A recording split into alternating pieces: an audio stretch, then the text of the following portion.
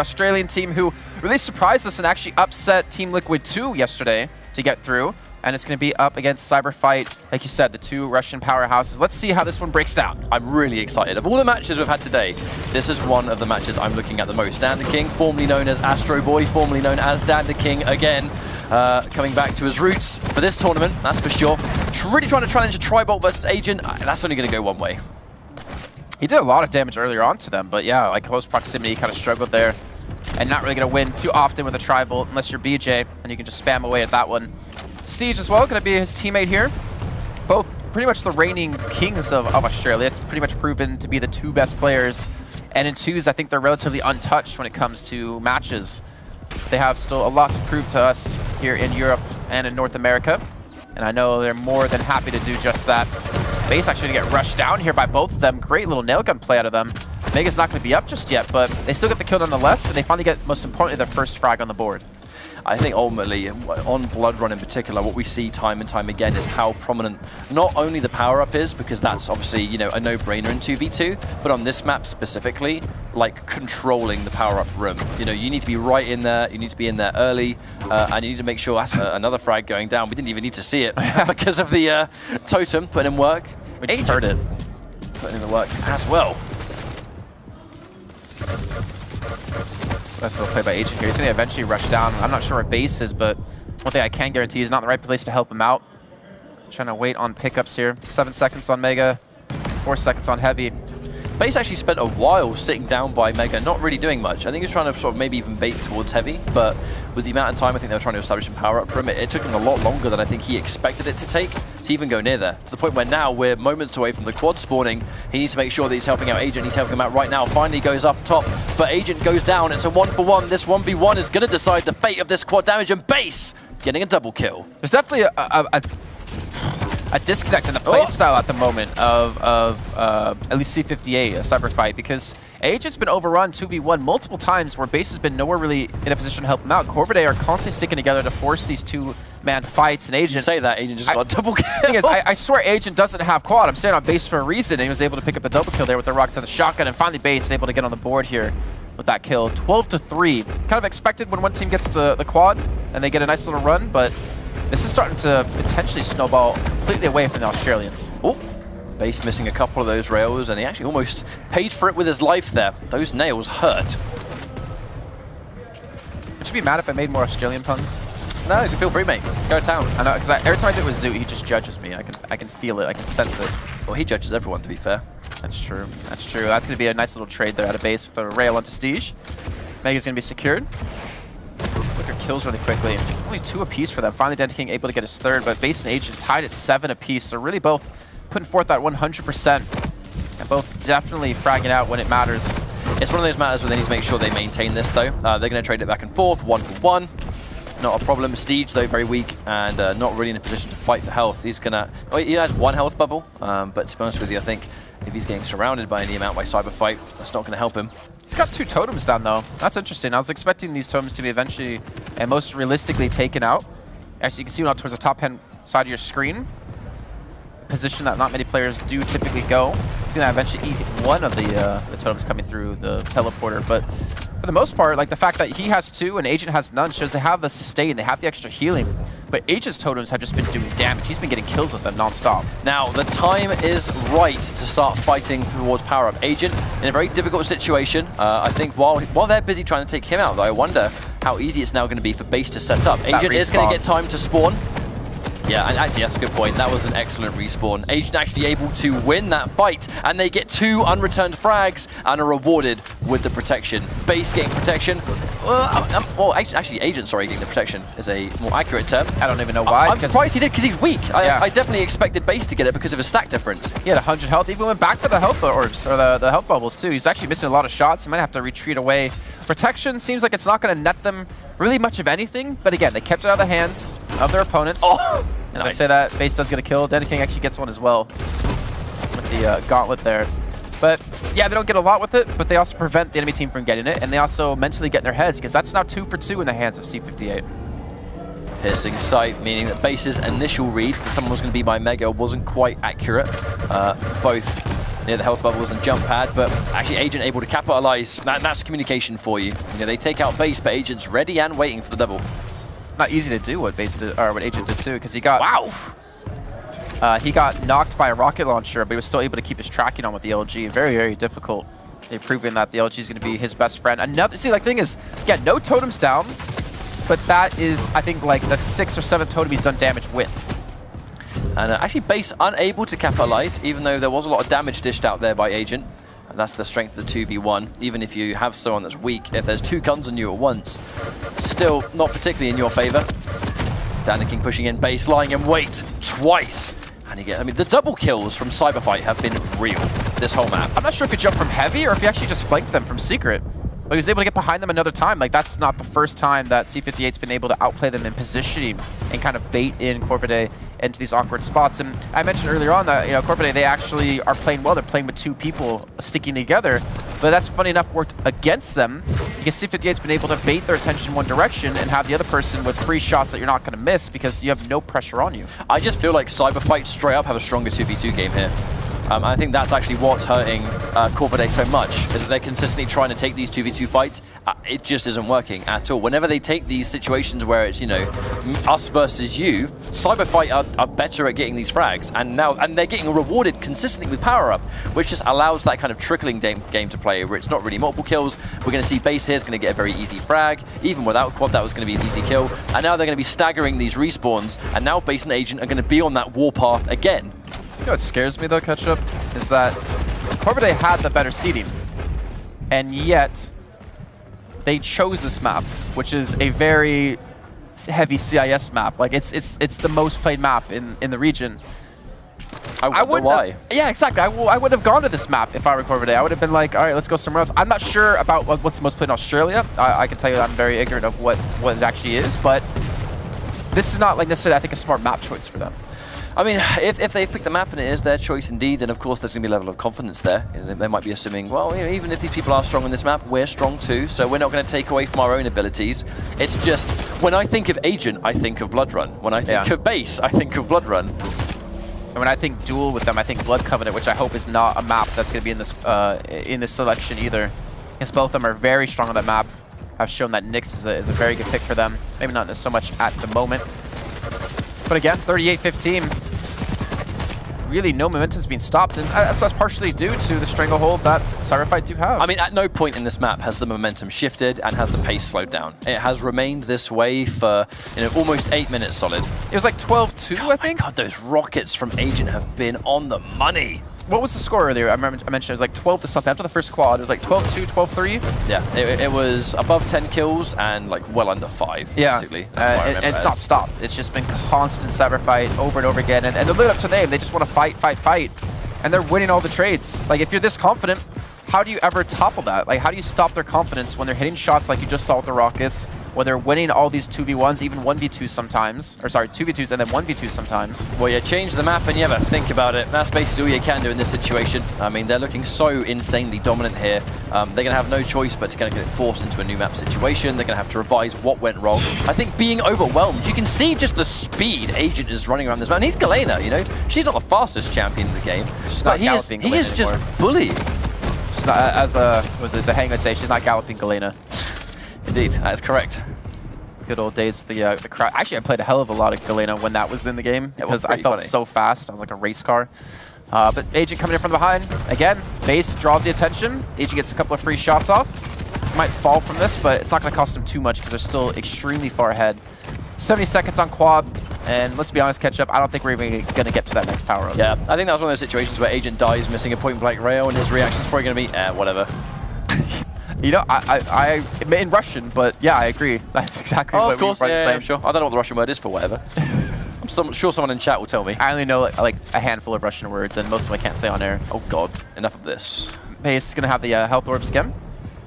Agent going to push it from one side, and Agent will fall. And Base is not going to be there in time. And that is something that I kind of question, is that there were a lot of opportunities for Corvidae to get a lot of these 2-on-1 fights and victories.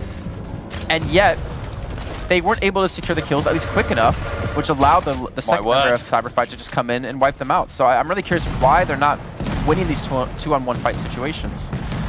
Well, with 2 frags left to go, they're not going to have much time left to even think about it. Agent's up top, there's going to be a 1v1 up there, but no one's going to engage particularly. Agent completely content, keeping the high ground. Quad's going to spawn in 10 seconds. If we get to that point, I mean, even if Corvidae get this quad, I question how much of a difference it's going to make. If anything, letting them run in there and take the quad is exactly what allowed the end of that map to happen, because Agent just sat tight, waited for them to take quad, knew there were 2 people in a guaranteed place. I know where they are, funnel them in, and I'll finish the job. Yeah, really well done. Cyber fight looking beastly. 55 to 22. Let's see, Agent 26, base 24. Even workload to me, 26-24. Yeah. I wish I could pull that kind of scoreline when it came to 2s, but unfortunately Zoot is too much of a man for me, and I can't keep up. We still need to do some 2s sometimes. It'll happen one day. Who knows, we could be the next Raffen Deheng, or Rafeng. I don't know what our name together would be. The official name for that, I'm not particularly sure. You don't like Rafeng? Oh, for our name. Oh, I can't even remember what your name is. Sorry, I've already forgotten. Oh, okay. Well, I don't mean that to sound as insulting as it does. It's but fine. Anyway, sorry, just being informed we're going to go for a very short break in between these matches, so don't go anywhere. We will be right back.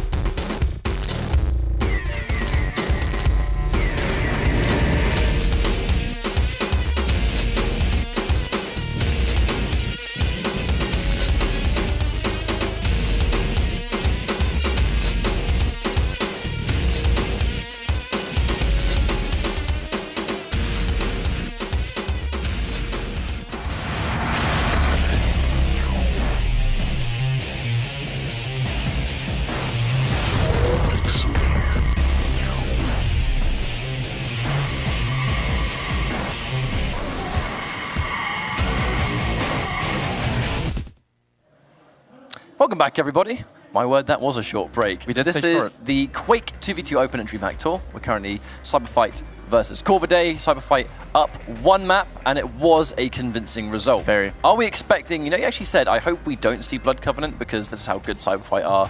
They were good on Blood Run, and we think they're going to be pretty damn good on Blood Covenant. That actually is going to be the next map that we see. It's like their best map individually in duel. We see their Nyx play. They're very, very defensive Nyx play in duel when it comes to this map. I don't think they'd be as defensive, but after a victory like that, I don't think any map you could take them to that they wouldn't have confidence in. They were winning 1-on-2s, they were winning 2v2s, and they won the first map with like a 30 kill advantage. Like, that's exactly what they needed to do. Corvidae, I'm trying to think what can they do to get back into this one. But if you're not winning a 2-on-1 fight when you have the man advantage, something's going on. Something's wrong. I think it's being able to somewhat shut down the pace that Cyberfight are approaching the map. There's no getting around the fact that it was, as I said, very, very oppressive. They're kind of forcing the way they were playing 2v2 onto Corvidae, who didn't have an answer for it. And it was just playing at a million miles an hour. You know, consistently Base was setting up fights, or at least being a focal point. The communication is 100% there, while Agent kind of slips into the back and kind of takes the 2v1. We were seeing so much of those like double kills because it was one person lining up the shots and the other member of Cyberfight going in and basically just finishing the job pretty easily because the stack was already whittled down. I actually want to go into Corvidae's comms in this match. I'd like to hear what's going on, because typically, like when you're being flanked like that and you die, sorry, so there's 2 of you and 1 of you die, you typically call, okay, 1 behind you or something like that. Maybe they have something set up where they don't like to interrupt the other person so they can focus a little bit more. There's got to be something going on. I am actually really curious to see what their comms are. But we'll hopefully be able to pull that one off here in this match. It's Blood Covenant, and currently a 1-0 lead for Cyberfight. Of course, I think sometimes these first frags can be oh so foreshadowing. Agent's going to get frag number 1. Lineup-wise, it's again exactly what we expected to see. This is the tried and true meta of 2v2 at this stage. Galena, Visor, I mean, they tick all the boxes for a 2v2 comp. Yeah, and that's another 2v1 that was forced initially out of Corvidae with some maybe potential miscommunication because one drop for heavy. I think that was Dandy King who pushed in towards staircase at bridge. Base very low on HP. Will eventually be finished off as Steej does get the kill. So Corvidae's faring better in the beginning, a lot better in this match than they were on the previous. So this is, I mean, the thing is, this should be the choice of Cyberfight. So you would imagine it's a map that they're going to win, but see how this one continues along. So far, 4 kills for Base. I think Base getting one of those magical moments of a kill before the totem's able to really do anything. I know when you plant the totem, there's still kind of like that split second where the totem's being summoned and it's not technically active, so it doesn't give you the healing properties, and that's basically exactly what happened in that exchange. Did you know, I was actually talking to Hang about this, and we saw a couple of times where like the totem ate a direct rocket, and it didn't die. Actually, there's immunity for the totem when you're throwing it out. So you see like the better players, I think it was Sidegip who did it in this position over here to the left, where Dandy King is, where he threw it out because he was being rushed by one person to his right, blocked a rocket, and killed the person to his left because of that. So like that kind of like adds next level to Galena. And it's like almost like the extra layer of being able to defend against her, but only the cream of the crop, I think, can be able to actually have execution that high and time it that well. Do it on demand, that's the tricky part. Exactly, especially in tournaments. So 5 seconds time, we're going to see the first power-up. The power-up control from Cyberfight has been absolutely immaculate. Agent's going to push forward, try and do as much damage as possible, while also, I think, body blocking to make sure that Base can safely collect. And with that power-up, we're going to see who's running rampant. Yep, it's going to be Base who goes for the tactical suicide. Agent now ready to make chaos happen. Not actually that healthy, but does have Mega there, so he's going to be very fine. Meantime, Heavy will be picked up, so Corvidae will deny that one away. It's only a 3 frag difference. At this point last match, it was 12. Or at least, you know, it was like maybe 10, 9 or 10. So Agent had to make sure that LG was going to be immaculate, otherwise he actually risked walking into the nails. Double starting machine gun, getting minimal damage. Again, doesn't want to overextend and eat a rail. And wow, that final totem just getting the job done.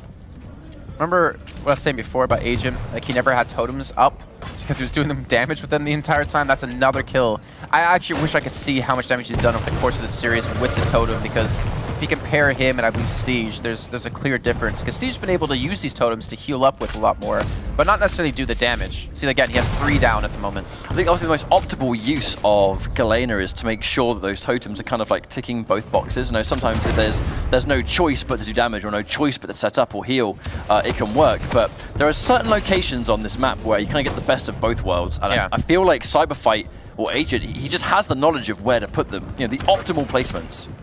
It's about min-maxing your playstyle with whatever champion you got, and he's definitely been able to do just that.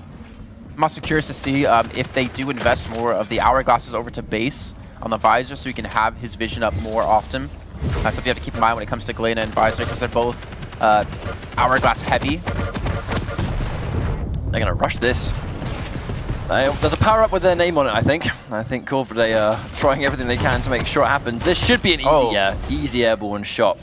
Agent just getting casually sent into orbit right there. Yeah, casually.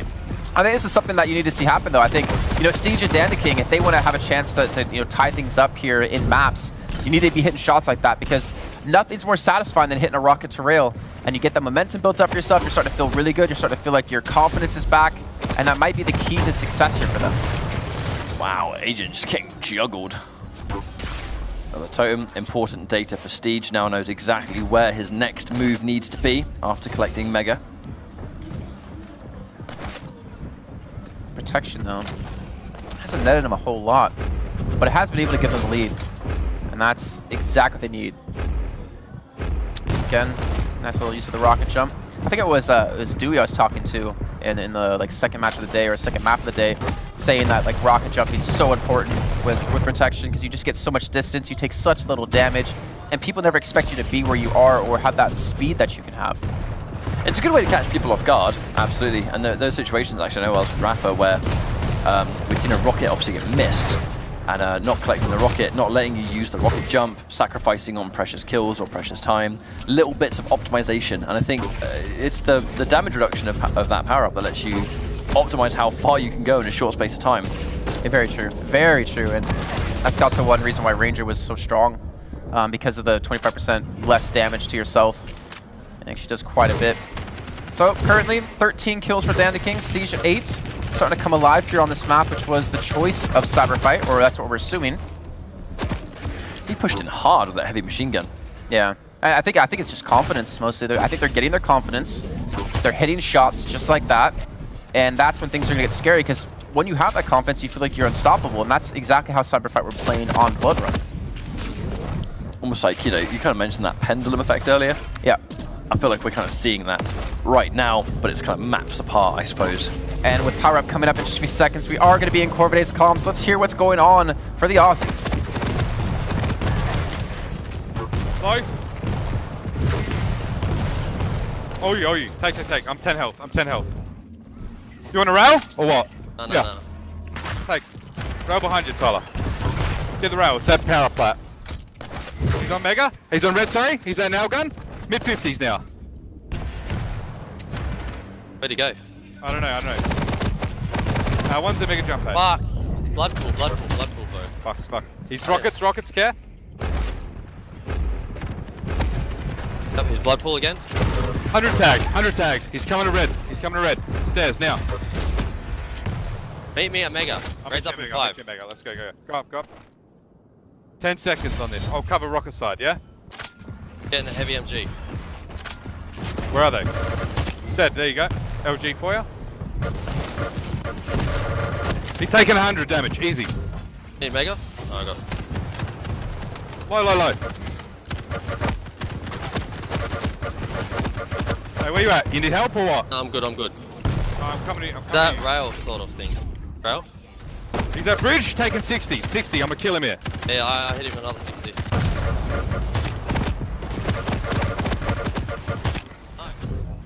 I actually really like the energy from those comms. You know, these guys are obviously very, very energetic. They're feeling it. They're very, very focused. I can actually listen to them speak all day, to be honest. Oi. I was not ready for that. I was expecting more mates. Like, you need help, mate? And then also potential other words that Aussies are known for. You heard the confidence. Well, we heard one of them. Oh, we did? Yeah. I shall not elaborate. Oh, okay. I was hoping you could tell me. Maybe after the cast. But we're hearing confidence in them, and that's great, because I would imagine the first map, they must have been really down on themselves, but they're keeping their composure now, and they're winning by 5, now 6 frags. They're looking fantastic. Protection's coming up. King's already set up as well Steej off to his side, and Cyberfight's not really in proximity to do much about this, especially with Base taking a hell of a lot of damage off the bat. Agent falls down for a second time. Base gets 1. And a Steej with the cleanup. This is leaps and bounds better for the Corvidae boys. Gonna get protection as well. Really trying to head him off. But I'll be honest, their level of control over this power-up, the fact they had what seemed like no control in Blood Run, I think was super, super critical. That it's clearly very different in Blood Covenant.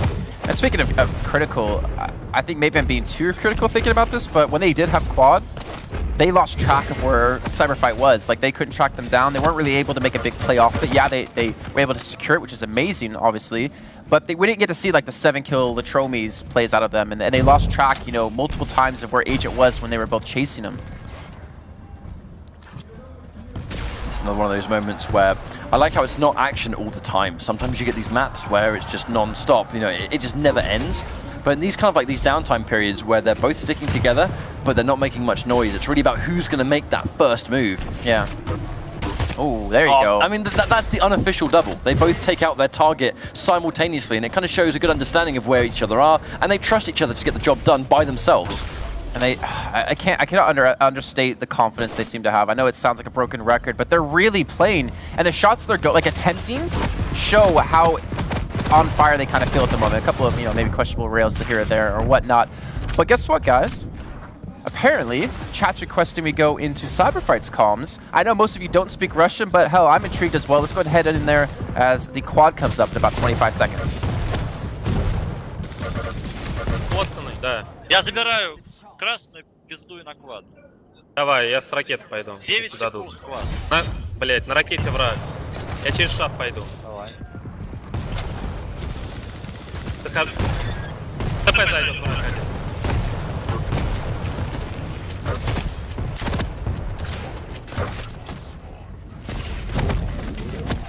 Иду на мигу.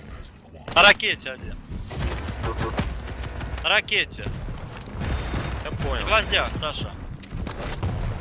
I understood one of those words. Yeah, it's not fair, you know, the English speakers get to have fun, but we heard a couple there that were good fun for us. It's like I was watching a stream.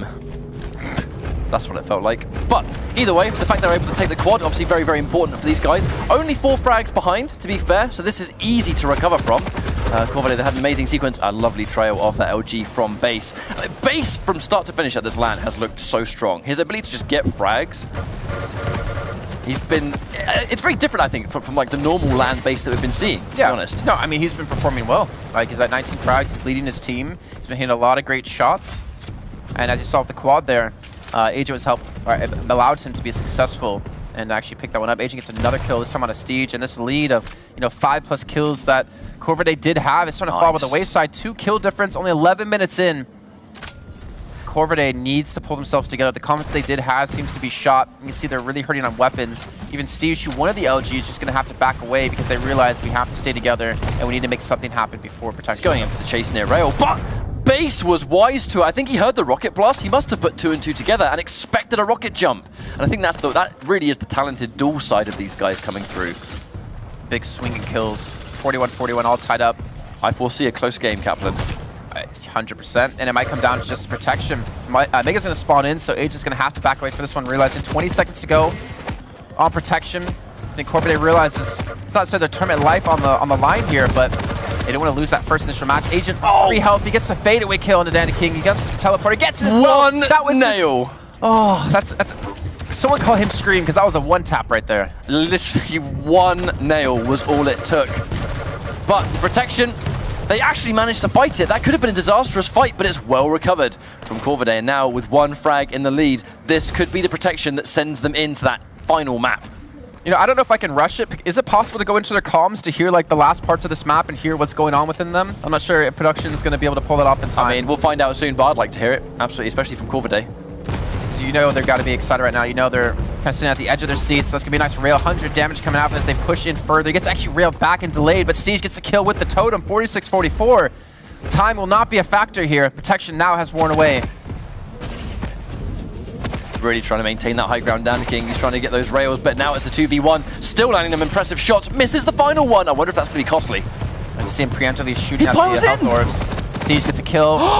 Agent going to keep his life alive. 2 frag lead. 3 frag lead now as Steej takes down Agent. So close. It's basically nail biting between the two. And Dandy King, he's looking for the shot. Hits the rocket. He's looking for the follow-up. Gonna land the machine gun, and Agent's gonna take down a kill on a Steej.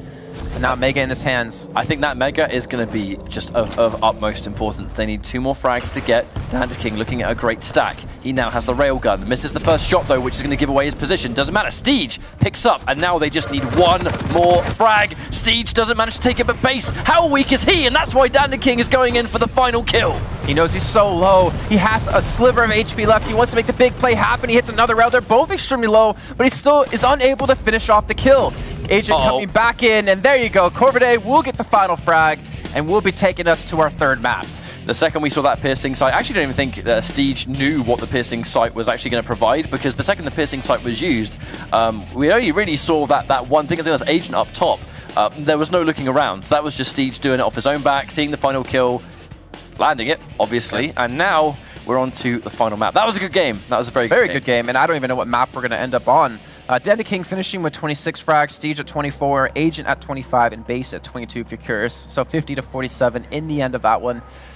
It wasn't as convincing as a Cyber Fight first map victory, but it was a victory nonetheless, and I think that's going to be a lot of weight off the shoulders of the Aussies. One running theme we've seen throughout this weekend of the 2v2 is that if a dominant map happens, it tends to be the first one. And I think there are a couple of reasons there. Maybe players need to get warmed up in that environment. Maybe they kind of need to feel out that team a little bit. But when the dominant maps happen, it has sort of historically at this weekend been on that first map. So yeah. I wonder if history is going to repeat itself. Is it going to follow through? Is the final map is Corrupted Keep?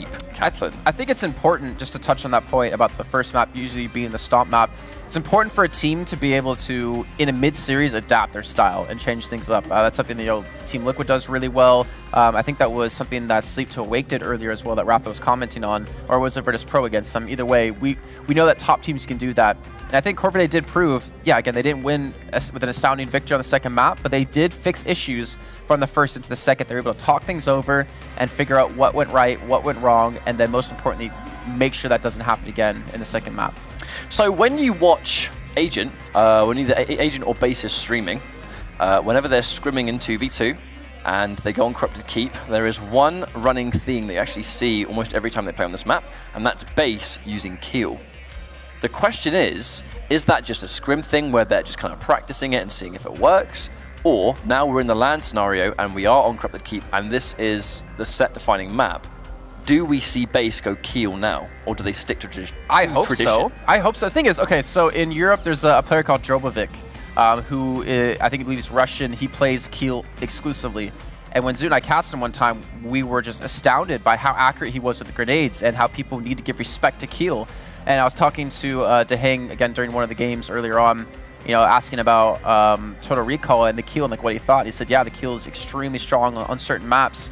I wonder if this is a map that Base is going to feel confident of. Obviously, playing it, you should be. But in the situation that we're in, of this being, you know, potentially is the final map of the first game of the group, do you want to start off with the potential loss of something crazy, or do you want to play what you know? My gut instinct tells me they're going to stick to tradition, but I mean, we're moments away from finding out. Here we go in game to this final map in the upper bracket, and they are going to stick with tradition, but it's going to be Dandaking. Instead of going Visor now, we're going to see the Doomslayer, and again, very popular on Corrupted Keep. Being able to, I think, the main thing we see Berserk used for in this 2v2 right now is fighting for that power-up. Yeah, very true, and that just put a lot more emphasis on this LG room, which they're going to rush down the Berserk. I don't know why you go through that. He just got destroyed there. I mean, come on, there's no other word for that. Whoa. That's kind of a shame too, because if he didn't miss that jump, that most likely would have been a kill.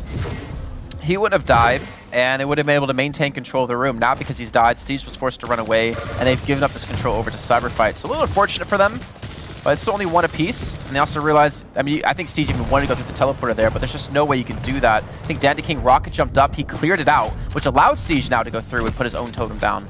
I guess, like, you know, you can take little victories from this. If you do die via totem, if you die by totem, you're going to be able to tell your teammate, all right, it's gone, you can use it now. It's true. It's very true. Unless there's two, and then it's like, you still can't use it because there's another one there. Corrupt the Keep. Yeah. Well, either way. You know, it's kind of... Actually, I don't know if this is happening yet. Have we had any mid-series switches of champions, like mid-match? Not yet, but that's actually been on my mind as well. Are we going to see in tournament sometimes if it doesn't work? Are we going to see maybe a last-minute switch if they think, you know, the playstyle might call for it? I think most of the time we don't, because it is a big risk, and manually resetting any ability cooldown is time wasted that you might actually regret later. I think maybe as like this progresses on, like further, like maybe a couple months from now, I think that's gonna become more and more viable thing, especially if you use your ability and then you switch. Just because adapting mid-series, like adapting to strategies, like as Cooler was saying in your guys' interview, he adapts mid-game to the style he needs to play, whether to be aggressive or to not be aggressive. And I hope that we see more players in the future do something like that, where they can actually do champions. Berserk pop, like you mentioned, and he's kept completely away from it, from the LG. But Steej gets it! And loses it. Yeah, the thing about that entire exchange was... An Agent loses it. It showed a great level of understanding from Base. Actually, he knew they were against Doomslayer, and he knew that there wasn't Berserk used in a fair while. So if they was going to get popped, it was going to be right when power-up spawned. So he actually just kind of sat pretty in the back. He kept this distance, and when he inevitably saw the Berserk, he was in an effective range to get a guaranteed trail of LG, and he got the frag for free. Unfortunately, obviously, he died immediately afterwards, but the awareness was there. Yeah, it was. And that little... I can't remember who was mentioning before. I think it was Rafa when you were playing with him. You don't necessarily need to get the power up. You can let the enemy have it and back away, and then retake it after, or obviously punish them like that with quad. Dandaking's going to lose out on the quad now as it has been timed away. He's done a hell of a lot of damage again with these rockets. They're only down by one at the moment, which I think they can be fairly happy with, especially with how strong this map can be for Cyberfight. I was about to say completely even, but Corvidae have slightly taken the lead. I wonder if that's only a matter of time before it's done up with how close this map's been going, but good ambush point for Corvidae. Yeah, Base in a bad spot there. Can't really fight back. I mean, having the high ground on Corrupted Keep has historically been such a dangerous position. Oof, he got pushed into Agent from behind, from Base with the LG. Steej, yeah, you're not going to get away from this. Actually, he might be able to with his teammate showing up. Dandaking gets a big kill. Steej does escape this one. I think there was even 100 damage totem in there, if I'm not mistaken. I think Dandy King appeared just at the nick of time, because it's now actually allowing Steej to remain here. I wonder if he's going to go down anyway, but the fact of the matter is he was able to sort of fight for that Mega, but now, unfortunately, he's been pushed away. So they're going to go for that sort of one-to-one trade. Mega going to Cyber Fight, Heavy going to Corvidae. And he's just running in, trying to go in sort of like 2v2, but funneling 2v2 in that tiny hallway just kind of felt like a bad idea. Yeah, 35 and 45 HP, that's, well, was 35 HP until the two tubs were going to be there. Agent on 25 health, now he will be finished off. Steej, honestly, like, his average lifespan has been fantastic here, and very important.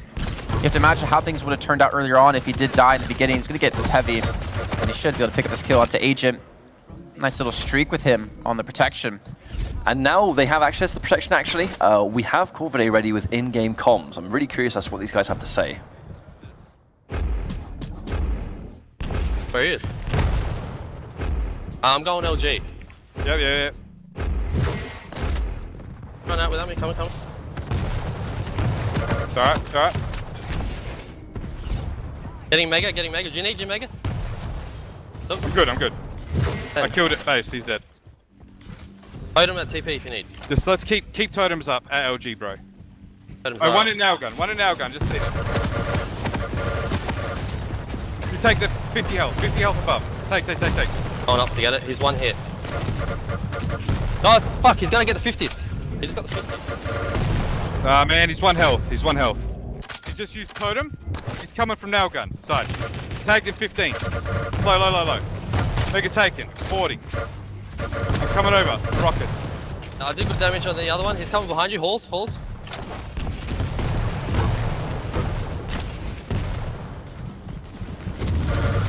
One more here, low. I'm with you, where is he? Dead. Alright. Stay for Mega. I think something that's interesting is the fact that Dan the King is actually the one making the calls, and he's being the aggressive player with the Doom. Usually you see the Galena being the one who's calling for the team and telling them where to go, but it's definitely been Dan.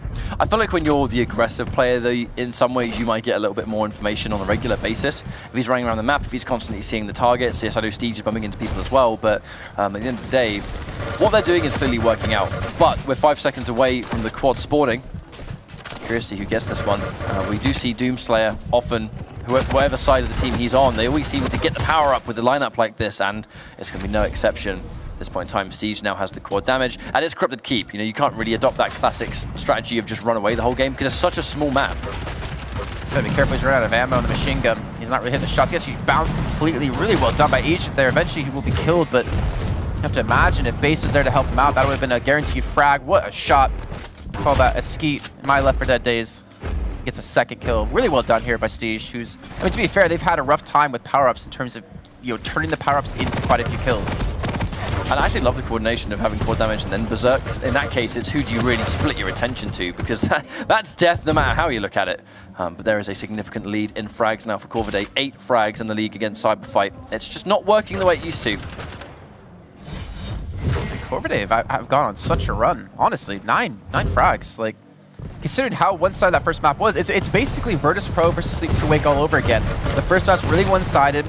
I guess the second map wasn't as one-sided, but the team who lost the first map is able to come back. Steej being very aggressive, pushing the teleporter. It does have Dan off to his side. He's getting juggled in the air by rockets. Is he going to get that frag? Are you serious? Base missing like 3 rockets in a row, and Dan King taking full advantage, just refusing to touch the ground. He's got that Doomba stomp, except it was his fist, not his feet. Really well done. Why can't he kick him in the head? That's what I want to know. Well, you know, because Doom only needs 2 weapons. He only needs his fists. He's not a karate master. That'd be interesting though if he did use his feet. Maybe in Doom 2, mate. Maybe in a Doom 2020. Did I just break an NDA? No, you did not. Yeah, because I made it up. Anyways, 31-25. Protection up in 14. So far, most of the power-ups have gone the way of Corvidae. Now, 10 seconds away, we have this power-up spawning for another time, and in typical fashion, we're going to switch over to Cyberfight and listen to these guys communicate during protection. Бассейн будет один. Хорош.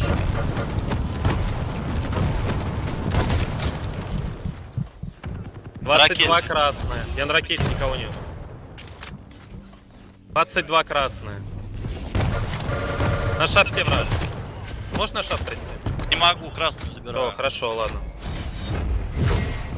На миге один стоит.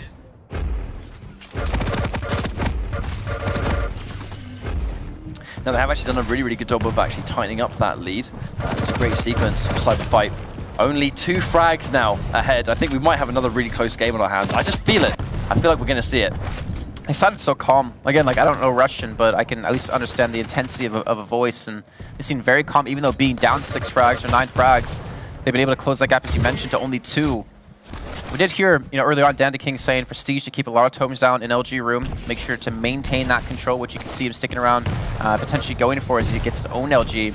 And Dandaking does overextend, costing him his life, and potentially Steej's now. And now we're back to tied.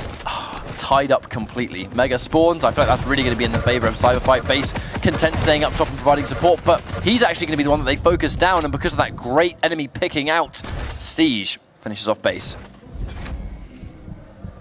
Agent hears a man under him. Does have that totem ready to go. Base getting a big kill onto Dandaking there. 9.5 minutes in. Oh my word.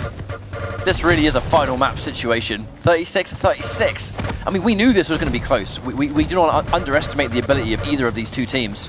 I guess we picked up for base again. Oh, the double. Can't have those 2-point swings like that.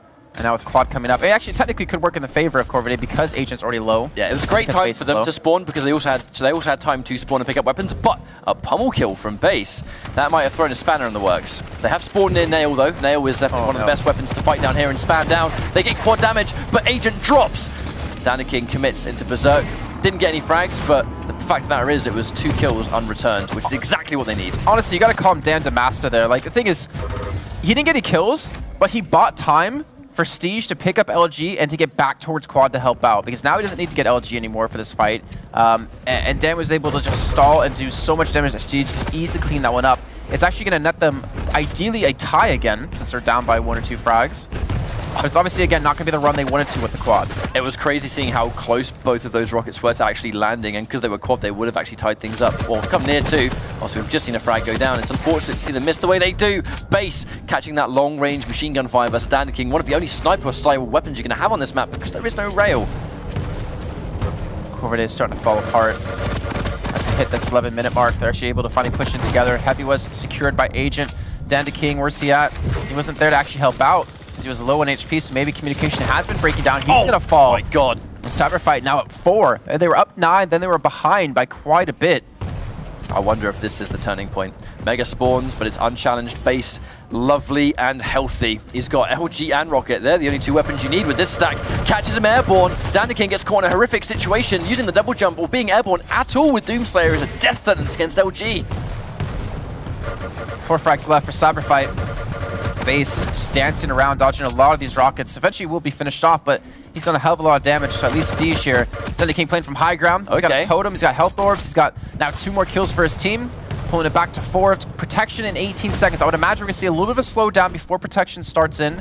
I think teams are going to back away, try to get full HP before this push comes in. Berserk's going to be there for Dan, and you've already talked about, Ketchup, how important Berserk can be when it comes to power-ups here. There's a reason Dandaking's been saving it. But hang on a minute. Wait, there's the surprise up behind. Is he going to have to pop Berserk just to guarantee it? No, they fly in and take it. It finally goes into the hands, but it's going to be Cyberfight. That's not the outcome Corvidae were after. Another frag goes to Agent. Weak himself. Are they going to take the protection? They do. Dandaking secures 1 frag. Lots of work left to go, but Cyberfight, this is in their favor right now. Does he have the... Yeah, he has the weapons. Does he have the time left for protection? Yeah, he's halfway through. Heavy, I mean, it's tempting. It's going to be up soon, but they need kills. They need frags. They need it now. They need it when he has the guarantee potential to do so with the protection. Goes back for Heavy, trying to transition. Rocket jumps over to Rocket. Actually going to capture Agent yet again. He's going to get this kill most likely. There you go. It's almost tied up now at 47 apiece. Corvidae just down 1 in frags. Base might go down here. Dandaking, he's been unleashed. 1 more tick was all he needed. 47 to 47, 3 frags each, and this team is going to move on. Base gets 1, 2 more for Cyberfight. This is insane. Kaplan, is he going to get the 1v1? It's going to be a 2v1, but Base in the distance, looking on, looking for the final 2 targets. If it's a 2v2 now, someone's going to win.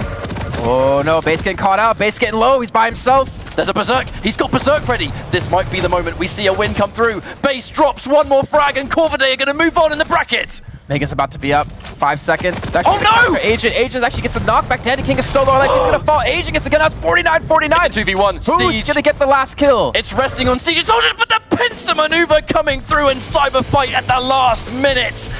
Steej was in a horrific situation at the end, and the Russians move on. We mentioned the analogy of the pendulum earlier on.